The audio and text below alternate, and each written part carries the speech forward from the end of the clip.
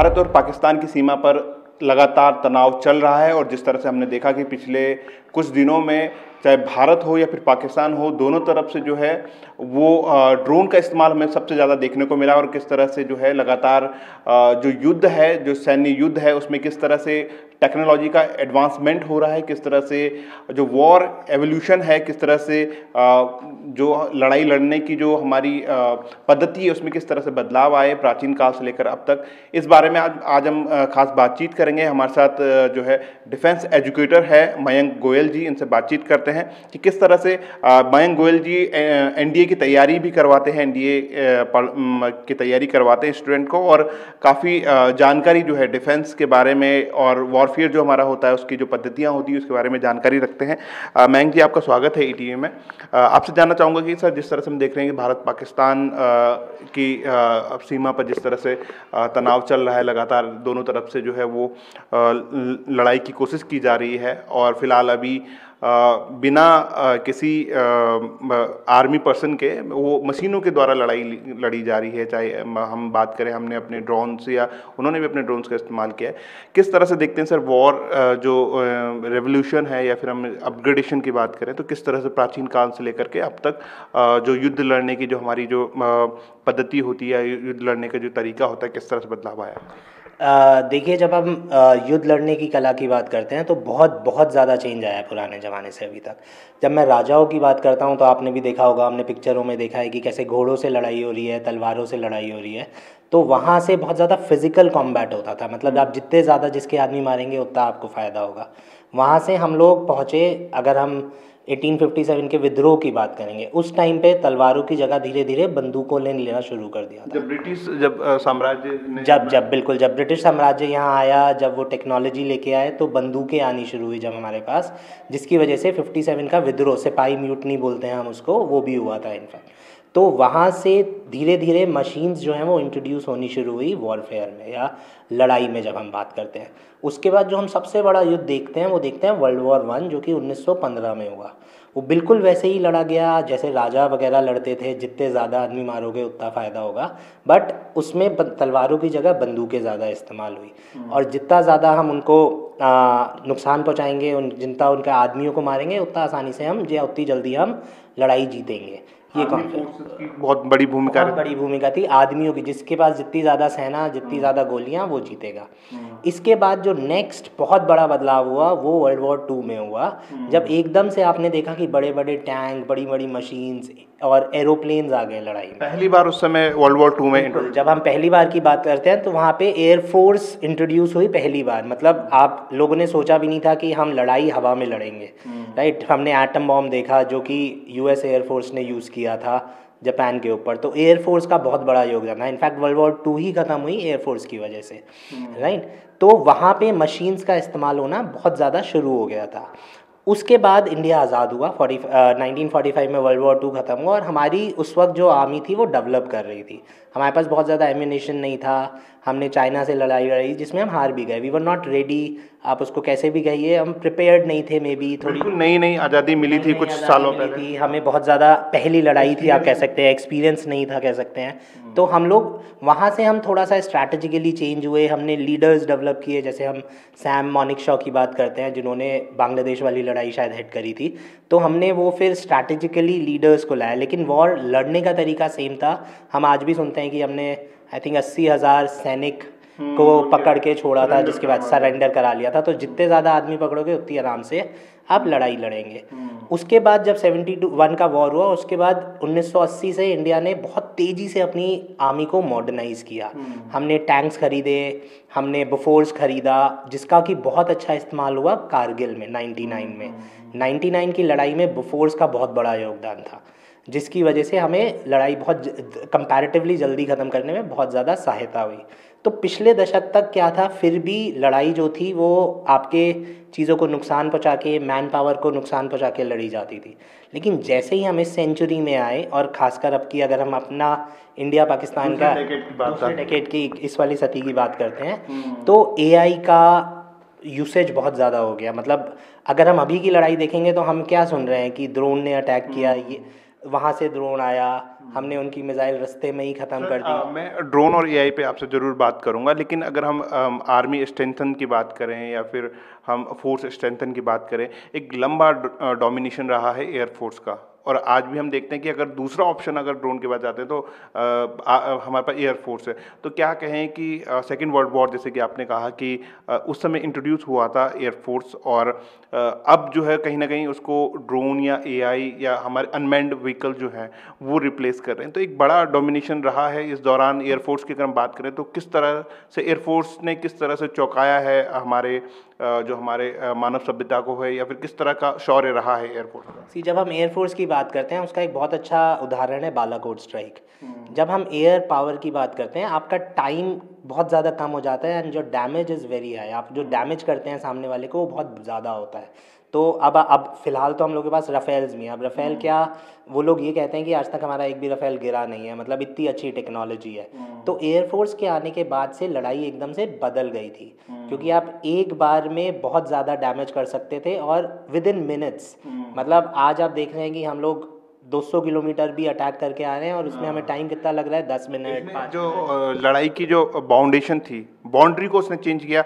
अब तक जो उससे पहले लड़ाई होती थी वो केवल बाउंड्री की लड़ाई होती थी, लेकिन ये स्ट्रैटेजिकल बिल्डिंग हो या स्ट्रैटेजिकल साइट हो, वहाँ पर भी जाके एयरफोर्स जो है वो दुश्मन को मार गिराती है। किस तरह से? बिल्कुल बिल्कुल। अब जैसे ही आप एयरफोर्स की बात करते हैं, आपके पास एंट्री का पूरा ऑप्शन है। अब आपको बॉर्डर तक आप सीमित नहीं है। आप उनकी किसी भी स्ट्रैटेजिक प्लेस पे, जैसे अगर हम अभी का फिर से वॉर का एग्जांपल लें, तो इंडिया ने सबसे पहले उनका एयर डिफेंस सिस्टम ख़राब किया, जो कि बिल्कुल in the heart of Pakistan या उनके बिल्कुल देश के बीच में था।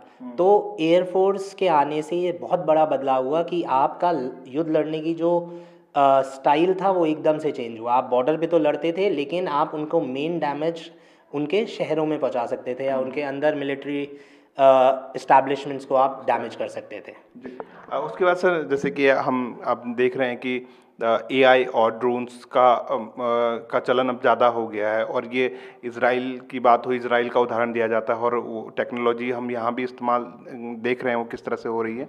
अगर बात करें सर, जो एयरफोर्स होती है, एयरफोर्स काफ़ी घातक होती है, लेकिन उसमें, और अगर हम ड्रोन्स की बात करें या फिर इस तरह से फ्लाइंग व्हीकल की बात करें, अनमैन्ड फ्लाइंग व्हीकल की बात करें, तो इनमें क्या फ़र्क रहता है कंपैरेटिवली? किस तरह से हम इसको देख सकते हैं इसमें? इसमें एक बहुत बड़ा फ़र्क है कि ड्रोन में एक तो आपको ह्यूमन लॉस का चांस बहुत कम है। अगर आपका, से फॉर एग्जांपल एक हाइपोथेटिकल सिचुएशन लेते हैं कि आपका प्लेन क्रैश हुआ और आपका पायलट पकड़ा गया, तो वो आपसे एक नेगोशिएशन की पोजीशन में आ सकते हैं। बैकफुट पर आना पड़ता बैकफुट पे आना पड़ता है, आपको उन्हें छुड़ाना पड़ेगा। वेराज जब मैं एग्जाम्पल भी हमने देखा पिछली बार। बिल्कुल बिल्कुल बिल्कुल। और अगर मैं ड्रोन की बात करता हूँ, तो एक तो आपका मैन, आपकी जो लाइफ है वो बहुत इंपॉर्टेंट हो जाती है। आपके लोगों के मरने के चांसेस कम हो जाते हैं, बिकॉज उसमें कोई बैठा ही नहीं है। और डैमेज ऑलमोस्ट सेम होगा। कैरिंग कैपेसिटी थोड़ी सी कम ज़्यादा होती है प्लेन्स की और ड्रोन की, बट ऑलमोस्ट आप डैमेज वहीं करते हैं। इसीलिए आप देखेंगे कि इस बार ड्रोन्स का प्रयोग बहुत ज़्यादा हो रहा है। और ड्रोन्स को बेसिकली, जैसे हम एआई की बात करते हैं कि एआई खुद सोच पा रहा है, तो जैसे ही मैं ड्रोन्स में, मैं एंटी मिसाइल चीज़ों में एआई डाल देता हूँ, तो क्या होता है कि अब आपने उसको एक दिमाग भी दे दिया, जो कि ग्रेजुअली डेवलप होगा। वो डिसीजंस लेगा, वो देखेगा, उसको समझ में आएगा यहाँ मूवमेंट हो रहा है। तो जब आप ऐसी चीज़ें उसमें इनपुट करेंगे, तो आप एक बहुत बड़ा डैमेज कर सकते हैं किसी भी कंट्री के लिए, खतरनाक। अब कल से हम सुन रहे हैं कि जितनी भी मिसाइल्स आए सबको बीच में ही रोक लिया गया। तो जो हमारा ये वेपन है S-400 है, अब क्योंकि आपने वो एआई से लैस है, उसको मूवमेंट्स में फ़र्क पता है कि कहाँ चिड़िया उड़ रही है और कहाँ मिसाइल उड़ रही है, फॉर एग्जांपल। और फिर अब उसकी कैपेबिलिटी है कि आपका जो एयर डिफेंस सिस्टम है वो कितना केपेबल है। तो जैसे हम S-400 की बात करते हैं, this is one of the most capable और the most advance defence air defence system in the world. आप एक मिनट में आई थिंक 76 टारगेट्स को एक साथ एंगेज कर सकते हैं, 400 किलोमीटर तक अटैक कर सकते हैं, 60 किलोमीटर पहले मिसाइल को इंटरसेप्ट कर सकते हैं। ये बहुत सारे उसके फीचर्स हैं। तो ये सब एआई होने की वजह से आए हैं। नहीं तो अगर एआई नहीं होता और आप किसी के साथ अपने से छोटे या अपने से वीक नेशन के साथ लड़ाई कर रहे हैं, तो वो फिर भी आपको काफ़ी डैमेज कर जाता। जैसे कल का ही अगर हम एग्जांपल देखते हैं कि हम पे बहुत सारी मिसाइल दागी गई, बट वो सब एयर में इंटरसेप्ट हो गई और सब हमारे को डैमेज नहीं हुआ। वेराज अगर हमारा एयर डिफेंस सिस्टम वीक होता तो we would have gotten hit, हमको नुकसान तो होता अल्टीमेट, जो कि पुरानी वॉर्स में हुआ, जो कि हमें कारगिल में हुआ।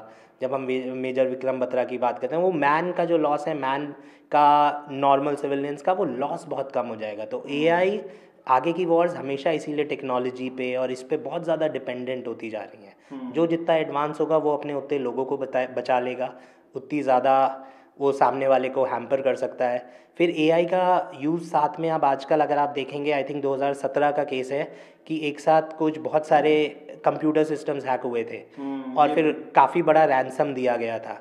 आप एक पूरे आईटी वॉरफेयर हो जाएगा, आप सिटीज़ में ब्लैकआउट्स कर देंगे, तो ये सब एआई की वजह से होगा। सो जैसे ही मैं एआई को डिफेंस के साथ जोड़ पाता हूँ और जितना मैं उसमें इम्प्रूवमेंट ला पाऊँगा, उतना एक देश के लिए देश स्ट्रांग हो जाएगा आगे वाले वॉरफेयर में, क्योंकि अब बॉर्डर्स पे लड़ाई होना मेरे हिसाब से तो बहुत कम हो जाएगा। This is how the Wars will be fought in the future. Sir, मेरा सवाल आपसे वही था कि अगर हम बात करें युद्ध के भविष्य की और किस तरह से वॉरफेयर किस दिशा में जा रहा है, किस तरह से अपग्रेडेशन हो रहा है वॉरफेयर में, तो अगर हम बात करें जो अभी मौजूदा समय में जो हम कह सकते हैं कि जो महाशक्तियां हैं दुनिया की, वो किस तरह से कितनी एडवांस है, और अगर उनके कंपैरेटिवली हम अब अगर हम अपने देश को देखें तो भारत कहाँ खड़ा है, और आने वाले टाइम में किस तरह से हम देख रहे हैं कि किस दिशा में हमें बढ़ना होगा, किस तरह से आगे जाना होगा। देखिए आजकल मैं वही एग्जैक्टली अब जो वॉरफेयर है that is more about technology. जितना आप टेक्नोलॉजिकली वेल इक्विप्ड होंगे उतना आप थ्रेट को अच्छे से काउंटर कर सकते हैं। तो अभी भी अगेन हम बात करते हैं तो रशिया, अमेरिका, ये दो टॉप पे ही होंगे, प्लस चाइना। बट जैसे मैं इंडिया की बात करता हूँ, अगर आप देखेंगे जैसे हम लोगों का आजकल डिफेंस अग्रीमेंट्स हो रहे हैं, हम टेक्नोलॉजी शेयर कर रहे हैं, वी आर अब हम इंडिया में मैन्युफैक्चरिंग कर रहे हैं। पिछले 5 साल में आप देखेंगे कि इंडिजीनियस जो वेपन्स हैं वो बहुत सारे बन रहे हैं, हमारे होम ग्रोन वेपन्स बन रहे हैं, जहाँ पे शायद हम टेक्नोलॉजी बाहर से ले रहे हैं बट हम उसको खुद बना रहे हैं। तो जब हम ऐसा करते हैं तो टेक्नोलॉजी शेयरिंग होती है। टेक्नोलॉजी शेयरिंग होने से क्या होता है कि हम एकदम से अमेरिका के पैरेलल आ जाते हैं when it comes to technology. तो इंडिया को यहाँ पे एक बहुत बड़ा एज है बिकॉज हम इकोनॉमिकली ग्रो कर रहे हैं, हम लोग डिफेंस के वेपन्स बना रहे हैं। तो इसलिए मेरे को लगता है बहुत ज़्यादा हमें डरने की ज़रूरत नहीं है, हम टेक्नोलॉजिकली बहुत आगे हैं। और जैसे इंडिया की आर्मी ग्रो हो रही है, अभी आपने रीसेंट करार भी देखा होगा कि हमारे को 2028 तक या 30 तक हम एक नया रफाल स्क्वाड्रन पूरा खड़ा कर लेंगे।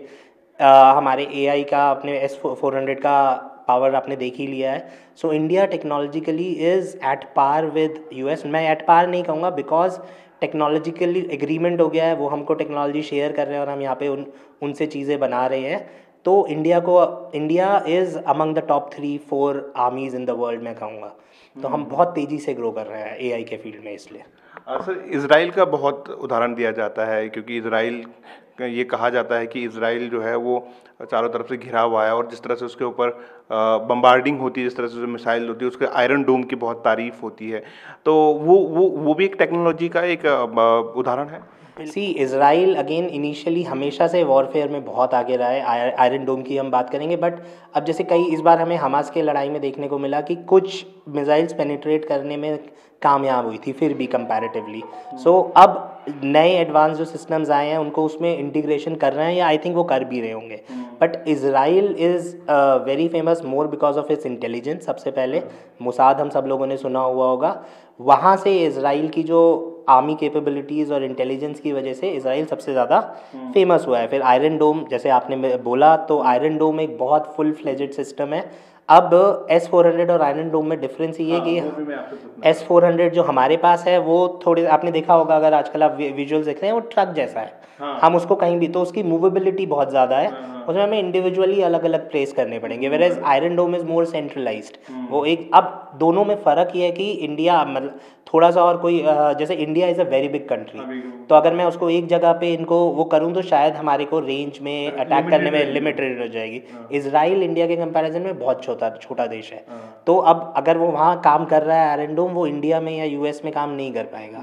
तो वो एक बहुत बड़ी चीज़ है, क्योंकि वो ज्योग्राफी पे डिपेंड बहुत ज़्यादा करता है कि क्या करेंगे। बाकी अदरवाइज़ अभी जो ये ड्रोन हम अटैक कर रहे हैं ये सारे इजराइल से लिए गए हैं। तो Israel is again one of the powers in defence, बहुत ज़्यादा स्ट्रांग है। और जैसे आपने बोला कि चारों तरफ वो घिरा हुआ है या वो अपने हर बॉर्डर पे लड़ाई कर रहा है और फिर भी आज तक वो कोई लड़ाई हारा नहीं है, just because of their defence technology. और उनका जो अपग्रेडेशन है दैट इज़ वेरी फास्ट। इसका एक बहुत बेसिक एग्जांपल है, अभी बॉम्ब ब्लास्ट हुए थे फ़ोन्स में, अगर आपने देखा होगा ईरान में, अराउंड एक टाइम पे 70 से 80 लोगों के मोबाइल फट गए थे जो सारे इसराइल के एनिमीज़ थे। तो ये जो टेक्नोलॉजिकल और साइबर वॉरफेयर है, इसमें अगेन इसराइल भी बहुत आगे निकल गया है और इस तरीके के वॉरफेयर ज़्यादा कॉमन हो जाएंगे आने वाले टाइम्स में। अच्छा, अगर सर हम बात करें साइबर वॉरफेयर की बात करें तो पाकिस्तान भी इस समय हम जानते हैं कि इंडिया ने पूरी पाकिस्तान की सभी साइटें यहाँ पे बंद कर दी है, उनके कई प्रतिबंध लगा दिए हैं। तो इस साइबर वॉरफेयर से हम कैसे मतलब हम उसमें हमें क्या करना चाहिए और किस तरह से हम हमारा देश कहाँ स्टैंड करता है? See again cyber warfare is more related to IT. जैसे हमने उनके चैनल्स बैन किए हैं, वो थोड़ा साइबर वॉरफेयर नहीं बोलेंगे हम उसको, लेकिन उसमें रूमर्स तो फैलते ही हैं, उसमें बिल्कुल वो रूमर्स फैलाने का काम करता है। बट साइबर वॉरफेयर ज़्यादा होगा, जैसे अब हमने यहाँ से उनका पावर ग्रिड हैक कर लिया और हमने वो अंधेरा कर दिया और हमने अटैक कर दिया, हमने उनके अकाउंट्स फ्रीज कर दिए, अब वो पैसा नहीं निकाल पा रहे हैं। तो साइबर वॉरफेयर में hacking becomes a very crucial part. एक वायरस, जैसे अभी हमने पहले बात करी कि आपने उनके सारे सिस्टम्स को हैक किया, आपने उनसे पैसा मांगा, जब तक आपको पैसा नहीं मिला तब तक आपने उनके सिस्टम्स खोले नहीं, उनको पैसा दिया गया 2017 में। तो साइबर वॉरफेयर एक पैरेलल टेक्निक है। अब आजकल की जो लड़ाई है जैसे हम बात कर रहे हैं, वो लैंड से ज़्यादा is a combination of all this, economic sanctions, cyber warfare, AI technology का इंट्रोडक्शन, इन सबको मिला के एक कॉम्प्रिहेंसिव लड़ाई लड़ी जाएगी। केवल लैंड पे लड़ाई लड़ना आई डोंट थिंक कि शायद ही अब हमें कभी बहुत ज़्यादा देखने को मिलेगा। तो लड़ाई ज़्यादा अब बैठ के लड़ी जाएगी, साइबर तरीके से लड़ी जाएगी, अनमैन्ड लोग, अभी तो रोबोट्स की भी बात हो रही है कि we are having AI robots who can fight. So हमने देखे यहाँ पे जो म्यूल्स जो होते हैं, हमने देखा है वो जो यहाँ पे डेमोन्स्ट्रेशन हुआ था तो उसमें इंडियन आर्मी उससे भी लैस है पूरी तरह से। बिल्कुल, अभी नहीं, अभी तो आई थिंक वो टेस्टिंग फेज में ज़्यादा है। बिल्कुल बिल्कुल। तो सी दिस इज़, यही इंडियन आर्मी का सबसे अच्छा बात है कि we are shoulder to shoulder from the with the world. जो टॉप 3-4 आर्मीज़ हैं, मतलब हमारा डिफेंस बजट टेक केयर कर रहा है, मेक श्योर कर रहा है कि हम किसी भी तरह से आने वाले 20 साल या 50 साल या 100 साल में ऐसा ना हो कि हम बैकफुट पे आए। और उसके लिए केवल और केवल एक ही तरीका है, आपको टेक्नोलॉजी में इन्वेस्ट करना पड़ेगा। और टेक्नोलॉजी शेयरिंग, जब आप इन मैन्युफैक्चरिंग करते हैं तो दूसरी कंट्री ऑटोमेटिकली आपके साथ टेक्नोलॉजी शेयर करती है। इसी वजह से तो क्या होता है कि आपका एक्सपेंस भी कम हो जाता है और एक पॉइंट के बाद आप उस टेक्नोलॉजी को यूज़ भी कर पाते हैं।